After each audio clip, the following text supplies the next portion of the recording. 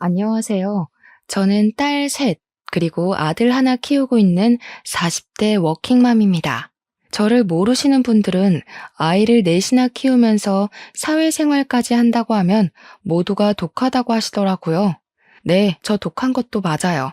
첫 아이를 낳고 저도 집에서 애 키우면서 살림만 했던 경력 단절까지 이겨냈으니까요. 주변을 보면 애들 어느 정도 다 키우고 엄마 손 별로 안 타기 시작하면 남편들이 돈 벌어오라고 밖으로 보내는 남편들 많다는 이야기 들었어요. 그리고 남편이랑 못 살겠지만 경제적으로 힘들어질 것 같아서 다 참고 사는 아내들 이야기도 많이 들었고, 저는 그런 분들에게 할 수 있다는 것을 보여주고 싶어 글을 적기로 마음먹었습니다. 갓 사회에 발을 내디뎠을 때 저는 고작 26살 먹은 사회 초년생이었어요.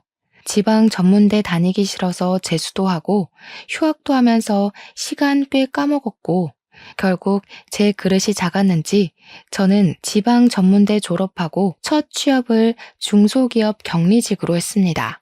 그리고 여기에서 빌어먹을 전 남편을 만났습니다.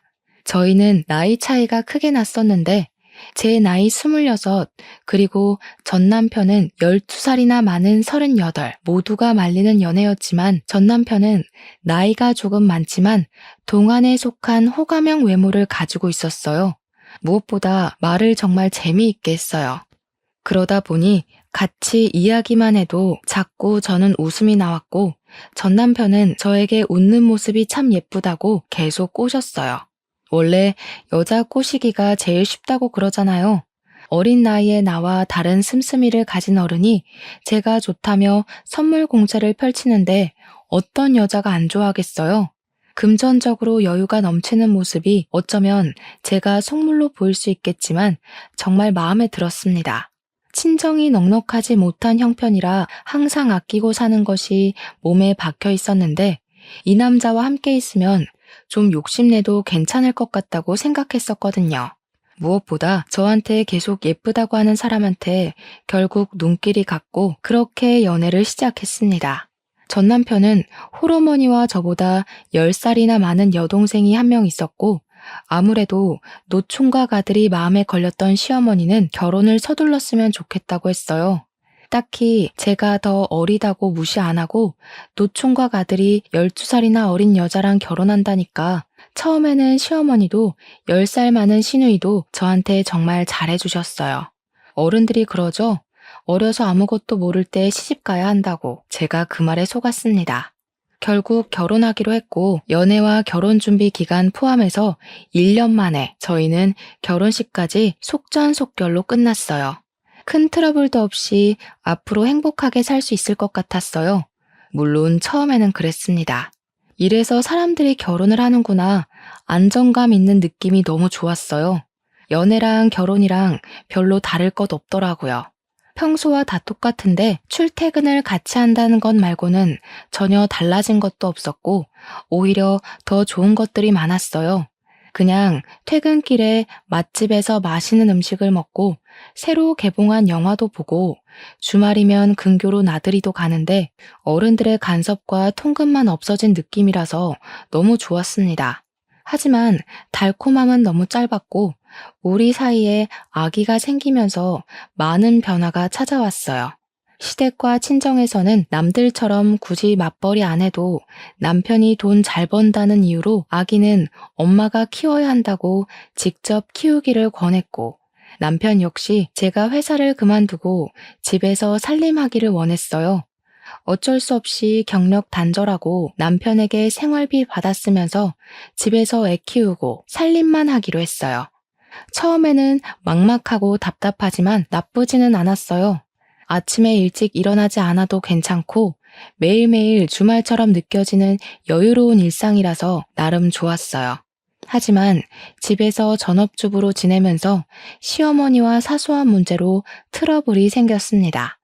천사처럼 좋던 시어머니는 제가 전업주부로 지내는 모습이 마음에 안 드셨는지 아니면 원래 본 모습이 이런 사람인 건지 모르겠지만 태도가 변하기 시작했습니다. 너는 친정에도 전화 그렇게 안 하니? 시어머니가 죽었는지 살았는지 궁금하지도 않아? 네가 그렇게 뜨신 밥 먹고 등 따뜻하게 지낼 수 있는 게 누구 덕분인데 이러니? 이런 사소한 부분에서 어린 게 티가 난다니까. 앞으로 일주일에 서너 번은 꼭 전화해라. 처음에는 왜 전화 한 통 안 하냐, 안부 전화는 왜 안 하냐며 서운하다고 하셨지만 오래 가지는 않았어요. 곧 딸이 태어나고 안부 전화에 대한 트러블은 사라졌습니다. 평소에는 전화를 걸어도 딱히 할 이야기가 없어 자주 걸지 않았지만 아이가 태어난 이후로는 특별한 대화가 없어도 영상통화로 아기 얼굴만 좀 보여주면 10분 정도가 지나고 아이가 울면 운다는 이유로 전화를 끊을 수 있었고 그렇게 한동안 다시 평화가 찾아왔었죠. 인생은 고난의 연속이라고 했던 말, 태어나서 처음으로 인정하게 되었어요. 아이가 뒤집기를 하고 기어다니고 걷기 시작하면서 육아로 인한 트러블이 너무 많았어요. 애들은 몸에 열이 많잖아요. 매일 땀을 흘리면서 노는 아이에게 얇은 옷을 입히면 추운 겨울에 왜 옷을 얇게 입혔냐? 한창 호기심 많아질 시기에 소파 등반이라도 하면 애가 위험하게 노는데 왜 말리지 않냐면서 사사건건 육아에 참견하시기 시작했어요. 저도 나름대로 육아 서적도 읽고 맘카페에서 정보 공유도 받으면서 아이를 키웠는데 옛날 사고방식을 가진 어른들이 보기에는 못마땅한 것들이 많았나 봐요. 요즘 애들은 육아 공부도 한다는데 너는 그런 것도 안 하니? 아니면 어려서 모성애가 없어서 애를 방치하고 키우는 걸로 보인다. 애들한테 눈 잠시도 떼지 말고 항상 애가 먼저다. 하여튼 요즘 것들은 어머님, 요즘 애들 다 이러고 커요. 오히려 과잉 보호는 좋지 않다고 말도 많고요. 육아는 제가 알아서 할게요. 어머님이 이러시는 거 너무 불편해요. 뭐? 육아도 다 경험이 중요하단다. 어른들이 먼저 경험하고 느낀 거 조언해주면 예 알겠습니다 어머님 하고 받아들여야지. 또 말대꾸만 하고. 어디에서 배운 버릇이니? 육아에 대한 책도 많고 전문가들도 많아서 저도 다 보고 배우면서 키워요. 옛날 방식이 무조건 정답은 아니잖아요. 제가 알아서 키울게요. 그냥 안부 전화는 왜 안 하냐는 잔소리만 안 들었지 다른 이유로 사람 미치게 했어요. 그리고 더 힘들었던 것은 시어머니와 부딪히는 일이 많아지면서 남편에게 하소연하기 시작하였고 처음에는 우리 엄마 왜 저러는지 모르겠다고 자기 키울 때 안 그랬는데 왜 유난인지 모르겠다던 남편이 점점 저한테 질리기라도 했는지 변하기 시작했습니다. 어른이 말하면 고개 숙일 줄도 알아야지. 내가 계속 네 편 들었다고 따박따박 우리 엄마한테 자존심 세우는 거 좀 아니지 않냐? 결혼 초반이야. 네가 어리니까 사회성이 떨어져서 그런가 보다 하고 봐줬지. 1, 2년 됐으면 사회성 기를 때도 되지 않았냐? 언제는 어려서 좋다고 꼬셨으면서. 그리고 내 편 한 번만 들어주는 게 그렇게 힘들어요?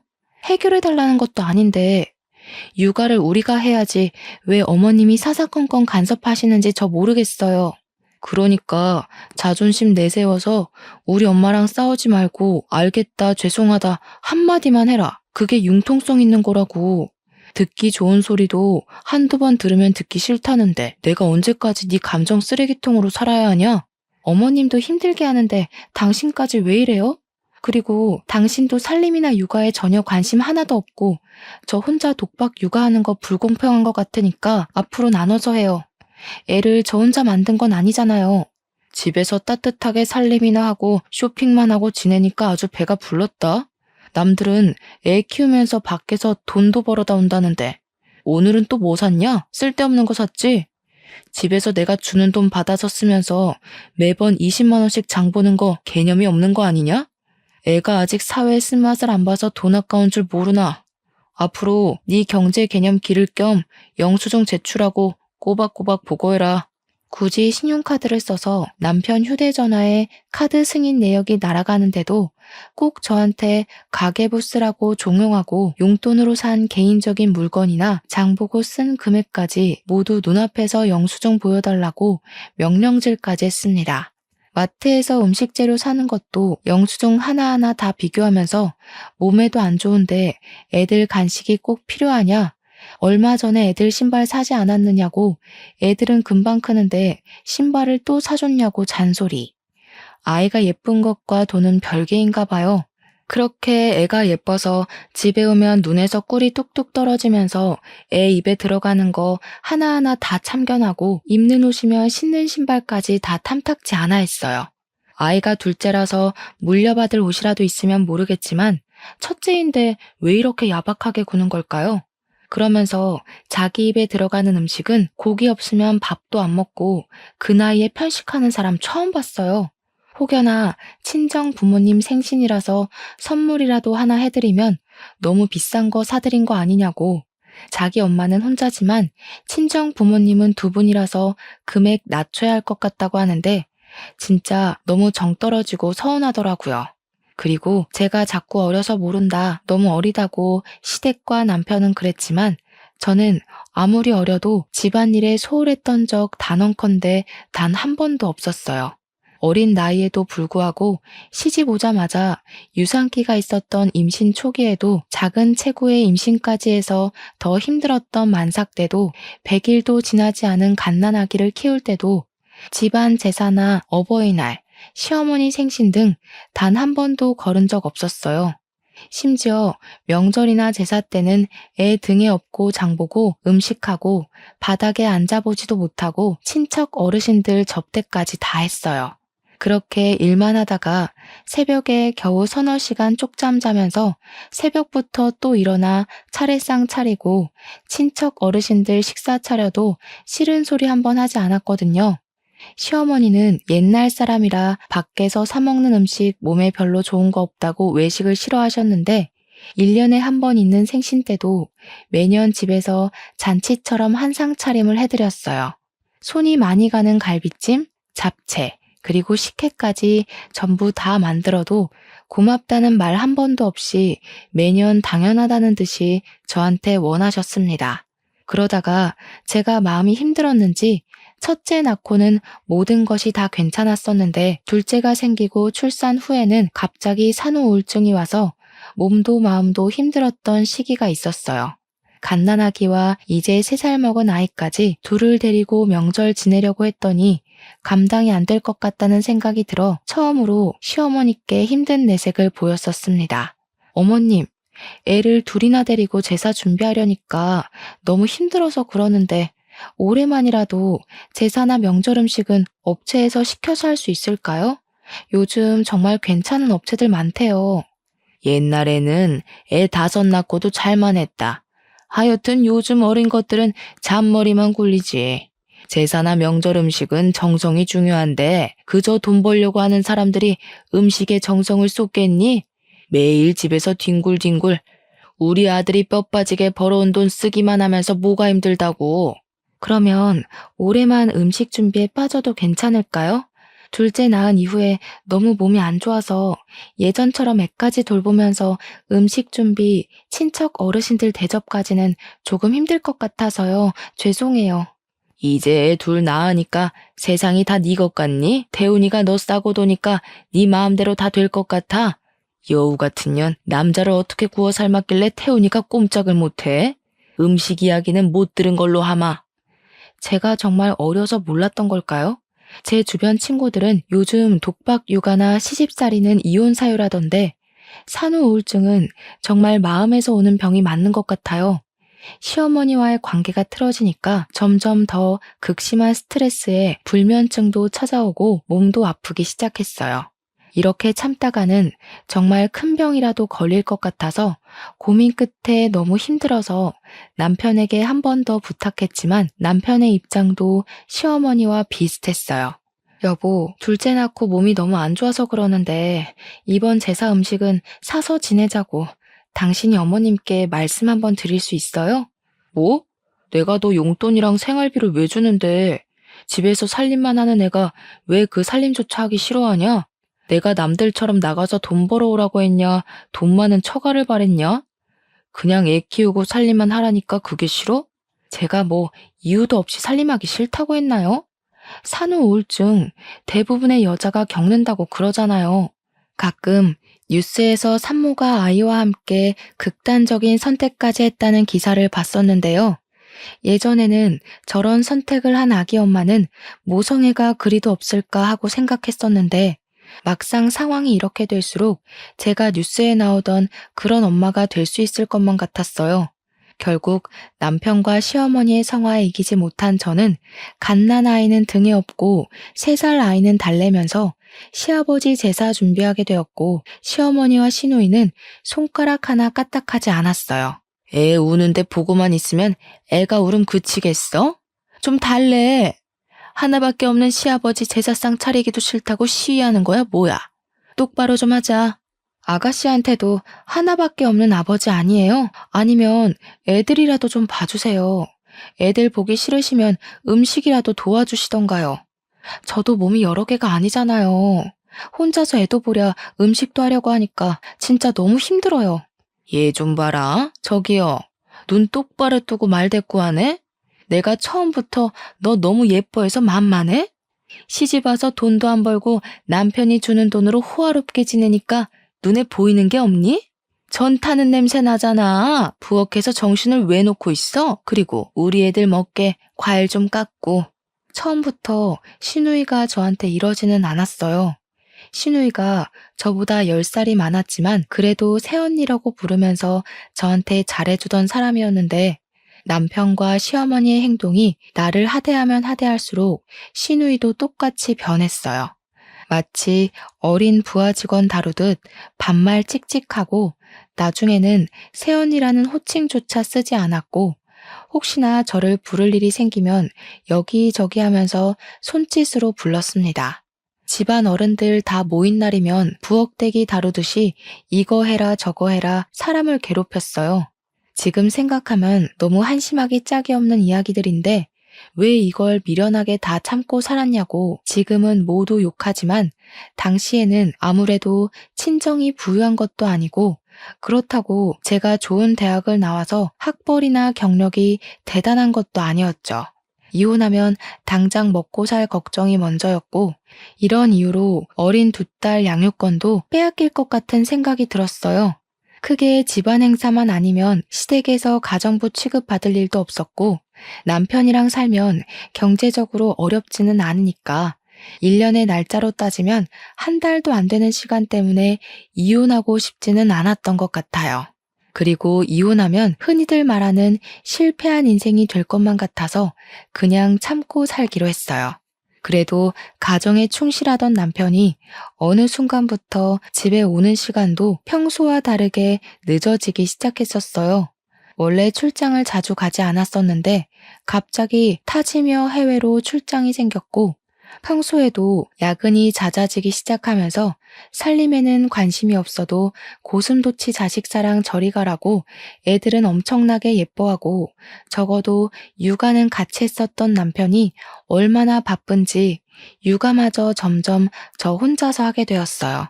그렇게 독박 육아와 살림으로 1달이라는 시간이 어떻게 지났는지 모를 시점에 오래간만에 같이 회사 다니던 과장님이 대뜸 몸은 좀 괜찮냐며 안부 목적 연락했다며 말을 걸어왔어요.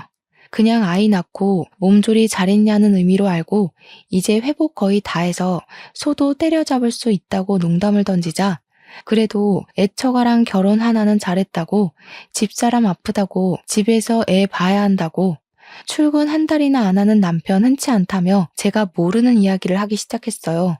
여자의 촉이 무섭다는 말 살면서 처음으로 공감했어요.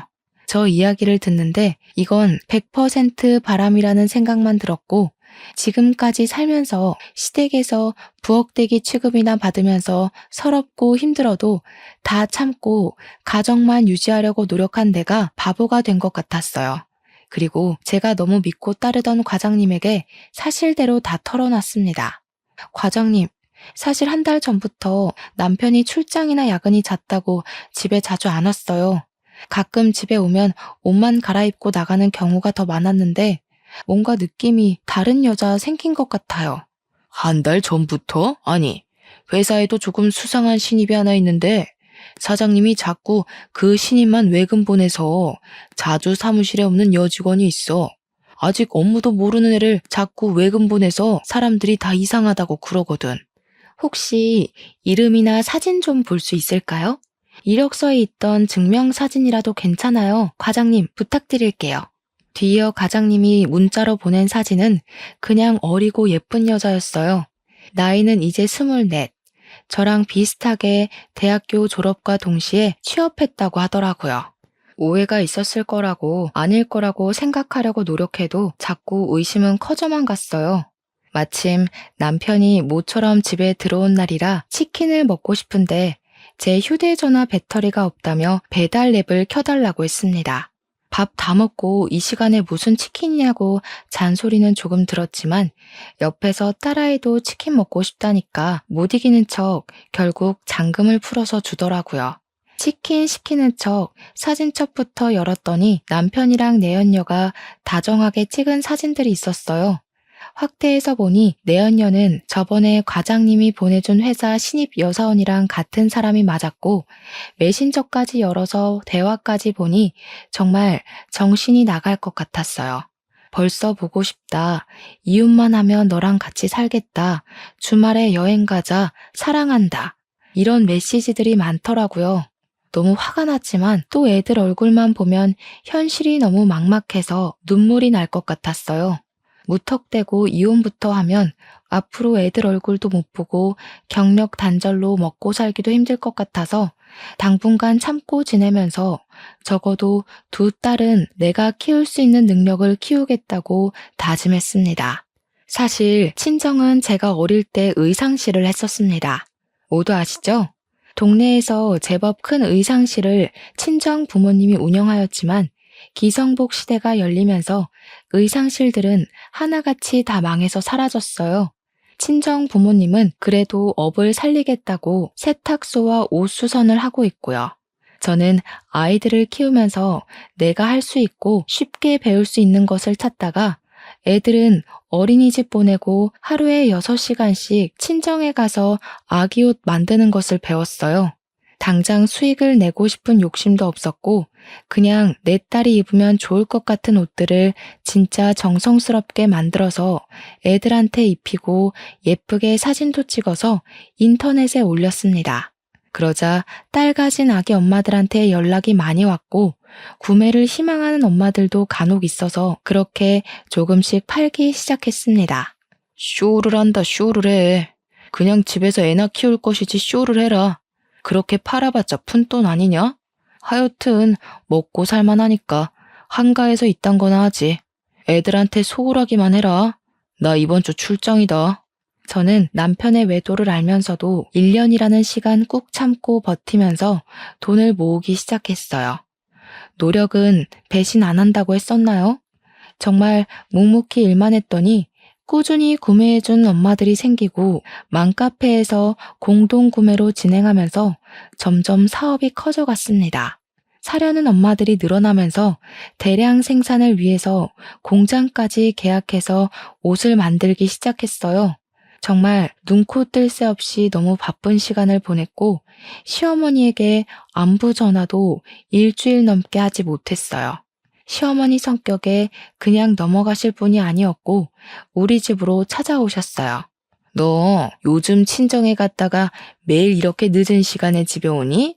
우리 아들 돈 받아 처먹으면서 가정은 나 몰라라. 결혼하면 출가 외인인데 친정에 가 있는 시간이 너무 길다. 이럴 거면 나 너랑 우리 아들 결혼 안 시켰다. 네가 이따위로 행동하는 거 보면 내 속이 다 터지니까 그냥 이혼해라. 우리 아들 능력 좋아서 괜찮은 며느리 줄을 섰다. 그냥 잠깐 애들 어린이집에 간 시간에만 하는 거라서 가정에 소홀하지 않았어요. 그리고 잘 지내고 있는데 갑자기 이혼하라는 거 좀 듣기 거북하네요, 어머님. 저 되바라진 년이 입만 살아서 가정에 소홀하지 않다는 애가 시애미가 죽었는지 궁금하지도 않아? 꼭 이렇게 찾아오게 만들고 사업은 아무나 하는 줄 아는 게냐? 그냥 집에서 밥이나 하고 애나 키워라. 웃기지만 제 사업이 입소문을 타면서 점점 더 커질수록 남편 회사는 더 힘들어지고 있었습니다. 하지만 남편은 내연녀에게 푹 빠져서 제 사업에는 관심도 없었고 그저 푼돈이라고 확신하고 무시했어요. 그러다가 남편 회사가 어느 순간부터 일이 꼬이기 시작했고 주변 지인들에게 돈을 빌리기 시작했어요. 여자한테 빠져서 회사 일에 관심이 없으니 당연히 점점 더 회사는 어렵고 빚 갚을 날짜는 다가오는데 돈은 안 들어오고 빚을 빚으로 돌려막게 하면서 몇 개월 버티더니 결국 빚을 갚지 못해 부도가 났습니다. 회사랑 가지고 있던 땅을 전부 처분해도 3억이나 부족했고 결국 집을 팔아야 빚을 다 갚을 수 있었어요. 남편의 입장은 애들 키우려면 집은 있어야 한다고 지금 땅이랑 집을 다 제 명의로 돌리고 위장 이혼하자고 하더군요. 당장이라도 가압류, 압류, 민사소송과 형사소송이 걸릴 수도 있다고 남은 재산을 다 제 명의로 돌리고 이혼했어요. 빚은 갚지도 않고 현금으로 2억 챙겨서 베트남으로 도망까지 갔습니다. 정말 웃긴 건 이 와중에도 내연녀를 데리고 갔더라고요. 그 여자의 SNS는 온통 베트남에서 지내는 사진으로 도배가 된 상태고 전 남편은 오히려 한국에 있을 때보다 더 잘 지내는 것 같았어요. 저희는 시어머니에게 위장 이혼이라고 밝히면 어느 순간 소문이 날 수도 있을 것을 고려해 회사가 망했다느니 빚쟁이들한테 쫓기고 있다느니 그런 이야기는 하지 않고 남편이 베트남으로 장기 출장 갔다고만 했어요. 그렇게 3년이라는 시간 시댁에도 비밀로 하고 저는 묵묵히 혼자서 애들을 키우면서 지냈습니다. 꼴에 전 남편은 제 새끼라고 애들은 잘 지내냐, 애들 많이 컸겠다 하면서 보고 싶다고 사진 좀 보내라고 연락은 왔지만 베트남에서 살림 차리고 행복한 시간을 보내느라 제 생각은 안중에도 없는 것 같았어요. 왜냐하면 저에게 혼자 애들 키운다고 고생이 많다느니 미안하다는 말은 한 번도 하지 않았으니까요. 애들도 점점 아빠가 없다는 현실에 익숙해지고 점점 크면서 저와 셋이서 지내는 생활에 익숙해졌어요. 그리고 애들도 할머니가 엄마를 싫어한다는 것을 인지하면서 할머니 집에 가는 것을 좋아하지 않았고요. 이런 이유와 사업이 바빠지면서 정신이 없어 시댁의 발길을 끊었더니 또 시어머니의 폭언이 시작되었어요. 정말 3년 내내 육아며 살림, 사업 모든 것에 여전히 간섭이 심하셨고 심지어 저에게 자기 아들이 다른 여자랑 바람나서 사업 다 말아먹고 베트남으로 야반도주한 건 꿈에도 모르고 저를 무시하는 발언과 폭언으로 기죽이기만 하셨습니다. 가끔 정도가 지나친 날에는 시어머니에게 있는 그대로 털어내고 인연 끊고 싶었던 날도 많았어요. 사람들은 가끔 이해가 안 간다면서 시어머니에게 왜 비밀로 했냐고 하는데 시어머니 나이도 많으시고 그냥 며느리로서 마지막으로 해드릴 수 있는 배려라고 생각해서 그랬어요. 그렇게 예뻐하던 아들이 하루아침에 빚쟁이가 되어서 이혼하고 해외로 도피했다고 하면 큰 충격에 어떻게 되실 수도 있을 것 같았거든요. 네가 너무 뻣뻣하게 굴어서 우리 아들이 장기 출장 간 거 아니니? 살면서 한 번도 이렇게 길게 출장 나간 적이 없던 애다. 여자가 드세면 남자가 집 밖으로 겉도는 거다. 이게 다 매력이 없는 네 탓이다. 어머님, 요즘 그런 마인드로 사람들이랑 이야기 나누시면 욕 드세요. 그리고 태훈 씨는 사업자 출장 나갔는데 이게 왜 저랑 상관이 있는 걸까요? 좀 기분 나쁘네요. 이게 두고 보자 하니까 이제 잘 보일 남편이 옆에 없다고 말 대꾸하는 게냐? 너 그러다가 태훈이가 베트남에서 베트남 여자라도 만나서 돌아오면 그때도 이렇게 큰 소리 칠 수 있겠니? 나는 정이고 애들이고 뭐 없다. 그냥 내 아들이 선택한 여자 고를 거니까. 네, 나중에 꼭 그 말 지키셨으면 좋겠어요. 저도 차라리 태훈 씨가 베트남 여자 만났으면 좋겠네요. 그리고 3년 동안 코빼기도 안 보이는 남편이면 사실상 이혼한 거랑 다를 거 없다고 생각해요. 그러니까 어머님도 저한테 이러실 권리 없으세요. 저 아범한테 생활비도 안 받고 제 돈으로 애들 키우고 있으니까. 너 그 사업 누구 덕에 잘 된 것 같냐? 다 태훈이가 벌이가 좋아서 네가 조급함 없게 한 거 아니냐? 그리고 돈 좀 번다고 유세 떠는 거 아니다. 우리 아들은 더 잘 벌어도 너한테 돈으로 유세 안 떨었잖냐. 사람이 가진 것 좀 더 있다고 유세 떨면 복 나간다. 참 뻔뻔하고 제 상식선에서는 대화가 통하지 않아서 저는 한 귀로 듣고 한 귀로 흘리면서 지냈습니다. 그러다가 주말이고 사업이 바빠서 애들이랑 시간을 많이 보내지 못한 것 같아 키즈 카페에 갔어요. 애들끼리 놀고 저는 무료하게 앉아서 멍 때리는데 제가 사업차 계약한 공장 사장님이 혼자 계시길래 가서 간단하게 인사라도 하고 가려고 다가갔습니다. 어머, 안녕하세요. 주말이라고 애들이랑 나오셨나 보다. 되게 다정한 아빠네요. 그런데 혼자 오셨어요? 보통 이런 키즈 카페는 아빠랑 애들끼리는 잘 안 오는데 주변 테이블만 봐도 다 엄마들만 있잖아요. 정말 대단하세요. 아, 안녕하세요. 애 엄마가 없어서 제가 같이 왔네요. 뭐 요즘 이혼이 흠은 아니니까. 거래처 사장님들은 대부분 다 제가 이혼한 이유 아시던데 남한테 별로 관심이 없으시죠? 와이프는 애 태어나고 얼마 안 지나서 저랑 동업하던 친구랑 바람나서 어린 딸도 버리고 도망갔어요. 제가 실수했네요. 남자 혼자서 딸 키우려면 진짜 힘드시겠어요. 한창 엄마 손이 많이 필요한데. 제가 실수로 비밀 하나 들었으니까, 저도 제 비밀 하나 말씀드릴게요. 저도 이혼했어요. 3년 지났나? 남편이 하던 사업 다 말아먹고 위장 이혼하자고 해서 했더니 베트남으로 내연녀랑 도망가더라고요. 그래서 저도 애들 혼자서 키워요. 딸만 둘이거든요. 그렇게 힘든 시간 보내면서 사업까지 하시고 정말 대단하신데요? 저는 애가 하나라서 둘이 여행을 가도 항상 서먹하더라고요. 혹시 다음에 시간 맞으면 애들 데리고 근교라도 좋으니까 주말에 나들이도 다니고 봄에는 소풍이라도 같이 다니실래요? 어휴, 저는 좋죠. 원래 애들은 애들끼리 있으면 자기들끼리 논다고 정신 하나도 없잖아요. 당장 다음 주말에 식물원 같이 가실래요? 저희 애들이 거기 새 먹이 주는 이벤트가 있다고 가고 싶대서 가기로 했거든요.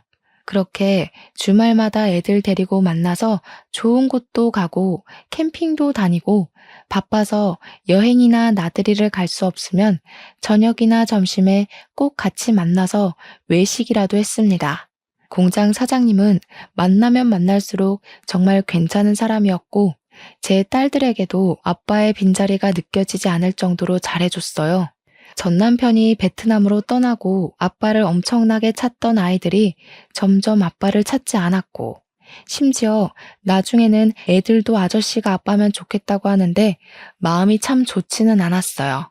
애들이 지난 3년간 저한테 티는 내지 않았지만 아빠가 아주 필요했던 것 같아서요. 그리고 저는 애초에 처음부터 전 남편을 기다릴 생각도 없었습니다. 저 혼자 애들 키우면서 경제적으로 힘들지 않게 살기 위해서 옷 사업을 시작한 거라 말이 위장 이혼이지만 그저 저에게는 이혼이었어요. 명의 이전한 땅과 집은 위자료 그 이상도 그 이하도 아니라고 생각하고요. 제가 이기적인 거 아니잖아요. 집이랑 땅이라니까 되게 거액을 챙긴 것 같지만 돈으로 따지면 고작 3억입니다. 두 아이를 아빠도 없이 혼자 키우기 위해서 3억도 받으면 안 되나요? 공장 사장님과 비록 애들 때문에 만났었지만 많은 이야기를 하면서 많이 가까워졌고 다정한 모습과 아이들에게 해주는 모습에 반해 좋은 감정으로 만나는 사이로 발전까지 했습니다. 첫째 딸이 7살이 되던 해에 갑자기 애들 초등학교 입학 전에 살림 합치자는 이야기가 나와서 결혼식은 따로 올리지 않았지만 양가 식구들 모시고 간단하게 식사하면서 재혼하게 되었어요. 재혼한 이후로 애들은 친아빠를 찾지 않았고 저도 딱히 애들이랑 전 남편이랑 통화를 시켜주지 않았습니다. 애들은 어느새 자라서 초등학교 입학도 했고 딸만 셋이던 우리는 아들도 하나 생겼어요. 제가 살면서 생각한 가장 이상적인 가정 모습으로 행복하게 지내고 있었는데 갑자기 전 남편이 대뜸 지금 한국에 왔다면서 애들이랑 같이 밥이라도 먹자고 전화가 왔습니다. 계속된 거절에도 전 남편은 포기를 하지 않아 결국 그 식사 자리에는 저 혼자 나갔어요. 이제 애들 갓난아기 아니야. 초등학생이고 요즘 초등학생들 학교며 학원까지 평일에 바빠. 주말 아니면 밥 같이 먹기 힘들어. 그리고 애들이 한창 아빠 찾을 때는 옆에 없다가 이제 안 찾고 잘 지내는데 왜 갑자기 나타나서 이래? 연락 안 했으면 좋겠다 이제. 우리 사정이 다 있었잖아. 그리고 땅도 좀 팔아서 1억만 구해줘. 생활비가 다 떨어져서 잠깐 한국에 왔고 너 귀찮게 할 생각 없어. 돈만 챙겨서 바로 한국 다시 뜰 거야. 1억? 나는 뭐 땅 파서 애들 키워? 5년 만에 나타나서 한다는 소리가 1억 달라는 소리야? 나한테 돈 맡겨놨어? 그리고 내가 이 자리에 나온 이유는 이제 진짜 우리한테 연락 안 했으면 해서 나온 거야. 나랑 애들이랑 지금 잘 지내고 있으니까 다시는 연락하지 마. 그렇게 거절하고 집으로 돌아왔는데 제 뒤에라도 밟은 모양인지 전 남편은 그날 저녁 우리 집에 찾아왔어요. 제가 새 살림 차린 거 보고 전 남편은 소리 지르고 저희 남편한테 주먹질까지 했습니다. 당장 경찰 부르겠다고 저도 소리 지르니까 그제야 멈추더라고요. 경찰이라는 단어에 전 남편은 바로 행동을 멈췄어요. 아무래도 경찰에 잡히면 일이 복잡하게 변하니까 그렇겠죠? 한국에 있는 거 들키면 채권자들이 우르르 자기 찾아서 올 것 같으니까 무섭긴 한 것 같더라고요. 남편은 진정부터 하라며 전 남편에게 들어와서 따뜻한 차라도 한잔 하라며 들어오라고 했습니다. 너 이거 바람인 거 아니야? 우리 이혼한 거 아니고 위장 이혼이야. 정신 나간 년아. 너 이러라고 내가 땅이랑 집 명의 네 이름으로 바꾼 줄 알아? 이럴 거면 다시 내놔라. 그 돈으로 다른 새끼랑 살림 차리라고 준 거 아니라고. 기껏 애들 키우라고 했더니 다른 놈이랑 바람을 피워? 정신 차려. 먼저 다른 여자한테 눈 돌아서 나한테 이혼하자고 했던 거 당신이야. 내가 이혼 안 한다고 그럴 것 같으니까 위장 이혼하자고 꼬신 거 아니야? 내가 틀렸어? 그리고 바람 피우는 거 내가 모를 줄 알았나? 베트남에서 다른 여자랑 살림 차려서 연락 한 번 안 했던 사람이 누군데? 야, 너 이제 뒷조사까지 하냐? 내가 그래서 너한테 무슨 피해를 줬는데 내가 너처럼 살림을 차렸냐? 이거 법 무서운 줄 모르고 자꾸 까부네? 이런 식으로 남자 등쳐먹고 살면 좋냐? 좋은 말 할 때 땅이랑 아파트 내놔라. 소송 걸기 전에. 소송 걸어? 하나도 안 무서워. 이미 우리는 이혼했고 땅이랑 아파트는 양육비 겸 위자료로 받았는데 법이 이걸 어쩌겠어? 소송 걸고 싶으면 걸고 다시는 찾아오지 말고 연락도 하지 마. 누가 땅이랑 아파트를 위자료로 줬대? 위자료도 가정에 충실했던 사람이나 받는 거야. 너처럼 다른 놈이랑 바람나면 못 받는다고. 이혼 취소 소송 걸 거니까 둘 다 콩밥 먹을 준비나 하라고. 화가 머리끝까지 난 전 남편은 그렇게 나가고 정말 얼마 지나지 않아 이혼 취소와 더불어 집, 땅 명의에 관한 고소장이 날아왔지만 남편의 친한 친구가 대형 로펌 변호사라서 도움을 받았어요. 변호사를 통해 집이랑 땅은 채권자들을 피해 해외로 도피한 전 남편이 양육비를 줄 수 없을 것 같다며 양육비와 위자료 목적으로 이혼 당시 전 남편이 저에게 준 거라고 전달했어요. 그리고 이혼 사유에 대해서는 남편의 외도라고 했죠. 당시 전 남편의 휴대전화에서 수집한 내연녀와 찍었던 사진, 메신저 대화 내용들을 다 제출하여 법원에서도 이미 법적으로 우리는 남이고 다시 전 남편이 재산을 되찾아올 수 있는 방법이 없다고 판결났습니다. 판결과 동시에 전 남편은 자기가 가정에 소홀했던 것도 인정한다며 뻔뻔하게 애들 데리고 가겠다는 소리는 안 하겠다고 땅이라도 절반 달라고 싹싹 빌었지만 저는 무조건 안 된다고 했어요. 그리고 저는 왜 갑자기 땅을 찾겠다고 찾아오고 소송까지 걸었을까 의문점이 생겼는데 알아보니까 우리가 이혼하던 당시에 1억도 안 하던 땅이 갑자기 GTX 노선과 신도시 사업으로 땅값이 6억으로 뛰었더라고요. 참 씁쓸했어요. 마지막까지 아이들과 나한테 미련 하나도 없었고 그저 돈만 바라보고 우리를 찾아온 것 같아서. 그리고 이번에 시어머니도 제가 재혼한 사실을 알면서 저한테 대뜸 소방 맞을 년이라고 고래고래 소리를 지르셨어요. 남자 등쳐먹은 년부터 시작해서 장기 출장 간 남편 두고 바람난 년이라고 길에서 머리채 잡고 난리가 났었어요.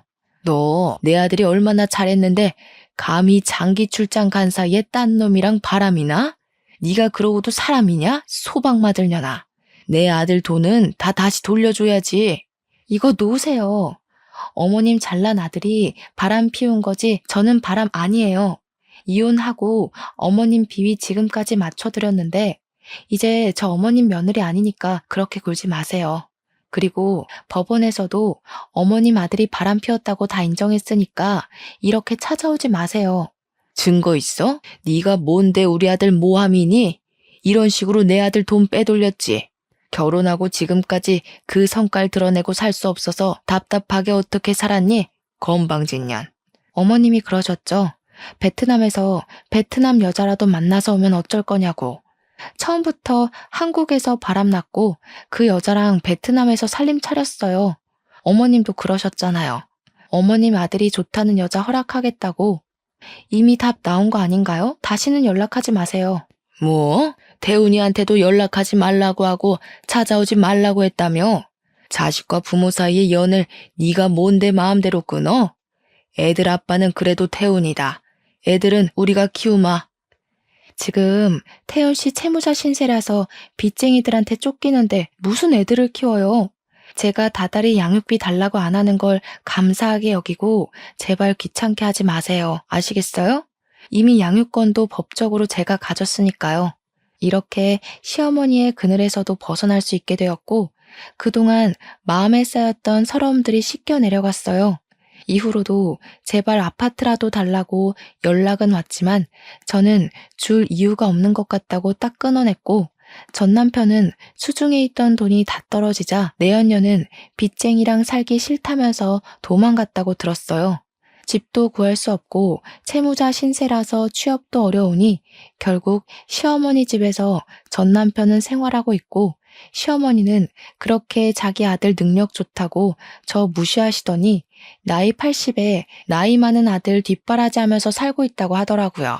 저처럼 경력 단절로 집에서 남편이 주는 용돈으로 눈치 보면서 사시는 주부가 있다면 꼭 제 사연으로 용기 얻으셔서 제가 잘할 수 있는 일을 찾으셨으면 좋겠습니다. 그리고 혹시나 어린 나이에 결혼하거나 나이 차이가 크게 나는 남자와 결혼하려는 여성분이나 그런 딸을 가진 엄마라면 꼭 말려주세요. 저는 도시락 싸서 정말 쫓아다니면서 말리고 싶어요. 마지막으로 저는 살면서 정말 많은 사람을 만나야 사람 보는 눈이 길러진다는 거 믿게 되었어요. 비록 한 번의 실패는 있었지만 덕분에 지금은 정말 좋은 사람과 제가 생각하던 이상적인 가정을 이루고 행복하게 지내고 있습니다. 여러분들도 늘 행복하시고 길었던 제 사연 들어주셔서 정말로 감사합니다.